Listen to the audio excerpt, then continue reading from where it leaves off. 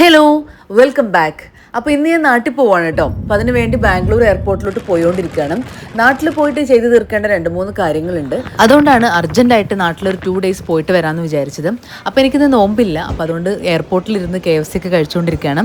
അപ്പോൾ ഞാനൊരു ആൻറ്റിനെ പരിചയപ്പെട്ടു. ആൻറ്റി ആദ്യമായിട്ട് ഫ്ലൈറ്റിൽ കയറുക തോന്നുന്നുണ്ട്. അപ്പോൾ അതിൻ്റെ ചെറിയൊരു ടെൻഷനുണ്ട്. അപ്പോൾ അത് എന്നോട് ഷെയർ ചെയ്യുമായിരുന്നു.